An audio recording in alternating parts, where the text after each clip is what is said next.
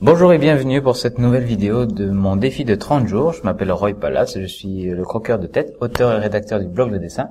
Et aujourd'hui, je vais répondre à la question de Régis qui me dit qu'il a des difficultés pour placer les yeux et la base du nez dans les bonnes proportions. Ça, c'est un problème qui revient souvent. Je crois que j'ai dû le traiter 2-3 fois sur mon blog. Mais je vais revenir sur quelques petites techniques et je vais en même temps donner des astuces supplémentaires que j'ai découvert il y a pas très longtemps. Donc voilà pour le petit programme rapide que je fais de cette vidéo. Donc déjà, comment on fait pour placer les yeux et la base du nez dans les bonnes proportions. Alors déjà, quelque chose qui est très facile à faire, c'est de se dire les yeux devraient être sur un axe qui est plus bas que celui des oreilles. Donc là, on a les oreilles, l'axe qui est le sommet des oreilles qui est plus vers l'axe des sourcils, et les yeux sont juste en dessous. Donc ça devrait pas, parce que j'ai vu des erreurs comme ça, où les yeux en fait étaient au niveau du sommet des oreilles, et du coup c'était un visage qui était un peu trop long. Voilà. Ensuite, au niveau pour les placer au niveau de la largeur, sachez que on connaît l'astuce de l'œil qui est au milieu. L'espace entre les deux yeux est équivalent à un œil, et en fait la distance entre le contour là du visage et le premier bord extérieur de l'œil là, il y a environ un peu plus de la moitié d'un autre œil. Il n'y a pas tout à fait un œil qui rentre là, mais on va dire que les 2/3 d'un œil rentrent ici et ici. Donc en fait on a si on place 5 œils, on a un peu plus de 4 œils et demi qui rentrent dans ces zones-là. Donc voilà, pour la distance œil et bord là, on a 2/3 d'un œil à peu près.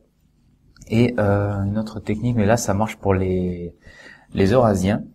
Lorsqu'on prend en fait, ça c'est une technique que j'aime bien, on fait tomber une ligne un axe de mesure du coin de l'œil ici vers le bas pour mesurer la largeur du nez. Et chez les Eurasiens en fait le nez rentre pile dans l'espace, c'est-à-dire qu'il n'y a pas les sillons là qui vont dépasser du bord, qui vont former d'ailleurs le bord là va former une espèce de rectangle. Il n'y aura pas les sillons, les coupoles qui vont déborder. Chez les Européens et les autres ethnies, la coupole déborde légèrement. Donc là, si je trace une ligne jusqu'en bas comme ça, la coupole déborde un petit peu. Donc là, ça va. En fait, le nez est un peu plus large que un œil. Voilà. En tout cas pour les Européens. Et ensuite, j'avais prévu de dire que la base du nez, elle se situe au niveau sur l'axe qui est à la base des oreilles. Donc là vous avez les oreilles, c'est pareil que pour les sourcils là. L'axe des sourcils est au même niveau que le sommet des oreilles. Et là, on a la base du nez qui est en fait au même niveau que le bas des oreilles. Et une dernière astuce pour calculer la largeur du nez, la hauteur je veux dire, il y a dans les livres une technique du triangle renversé. Donc on prend en fait les bords extérieurs des deux yeux, on trace déjà une ligne, la ligne de l'axe du regard, et en fait on va dessiner un côté du triangle là qui va les deux côtés vont converger vers le bout du nez. Et c'est censé nous donner la bonne proportion, du nez, le bon emplacement pour la base ici. Moi, j'ai utilisé cette technique, assez régulièrement. Elle me donnait des résultats qui étaient plutôt satisfaisants, mais je la trouvais pas très commode en fait. Et c'était un petit peu lourd, mais ça marchait. Et depuis quelque temps, en fait, j'ai trouvé une autre technique. Qui est en fait un peu plus simple. Du coup là je suis obligé de faire une petite démonstration, c'est-à-dire que pour trouver la base du nez là, ce qu'on va faire, c'est que je vais faire rapidement un petit dessin une petite repro de mon illustration. Alors on va dire voilà, les yeux qui sont là.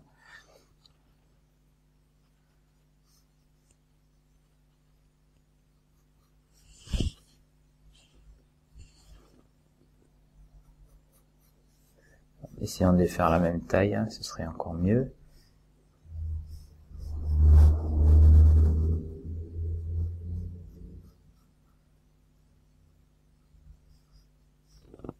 Ouais, bon. Donc on a les yeux. Hop. Rapidement ici.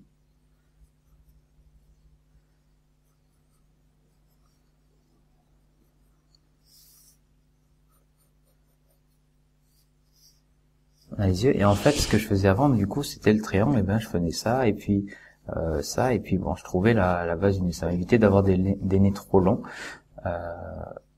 au début. Donc c'était assez cool, mais comme c'était pas très pratique, en fait, voilà, j'ai cherché une autre petite technique. Et en fait, c'est intéressant aussi d'avoir, c'est encore, je trouve ça encore plus intéressant parce que ça aide à construire le visage. C'est que à partir des extrémités là, c'est de faire des bords comme ça, arrondis, l'un après l'autre normalement, et plutôt que d'avoir un triangle, avoir une espèce de une espèce d'ovale ou la masse. Je vois pas tout ce que je fais, donc du coup c'est pas évident. Donc voilà. Ça doit être, normalement les traits doivent être plus légers en fait. Là c'est vraiment, j'appuie un petit peu dessus pour vous montrer.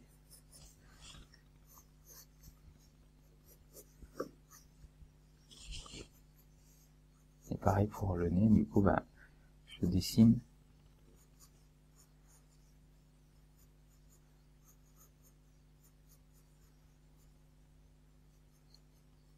Essayant de pas le faire trop gros non plus. Et bon voilà, du coup la base va être par ici. En fait, l'avantage de cette technique-là par rapport au triangle, c'est que à force de le faire comme ça pour les dessins de face, normalement on devrait avoir la même forme ici et ici. Et lorsqu'on passe sur un autre, sur un visage qui est de profil par exemple, de 3/4, et en fait on va s'apercevoir que ces formes ici, elles vont se déformer forcément avec l'orientation du visage, et du coup à la fois ça aide à la construction du visage, mais en plus on pourra en jouer. C'est-à-dire que si j'ai envie de donner un peu plus d'effet de perspective à un visage de 3/4, je pourrais délibérément choisir d'agrandir cette forme-là et de jouer sur sa taille pour ensuite essayer peut-être celle-ci de la rétrécir, pour ensuite voilà, donner plus d'effet de profondeur. Alors là peut-être que j'aurai une autre une autre illustration pour vous montrer. Je crois que je l'ai dans une de mes caricatures que j'ai montrées il y a pas longtemps. Elle se voit beaucoup en fait, cette forme.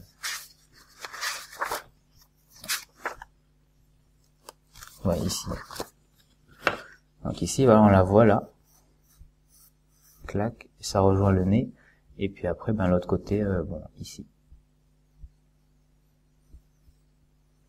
Et donc là, pour faire cet effet-là de caricature, ce que j'ai fait, cette partie-là, je l'ai un peu déformée, un peu agrandie, et celle-ci un peu rétrécie, pour avoir cet effet-là de perspective, et puis cette expression un peu plus marquée du visage de la personne. Et en fait, on peut faire ça avec beaucoup de parties du visage, mais bon, ça sortirait du cadre des conseils du thème de cette petite vidéo.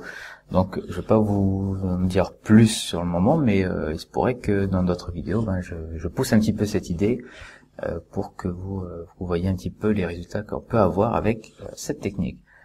Donc voilà, donc à la place d'un petit triangle, faire ça. Et en plus, c'est pas vraiment des pommettes, hein, c'est une partie des pommettes, on va dire, c'est une surface. Donc là par exemple ici la pommette, elle fait ça.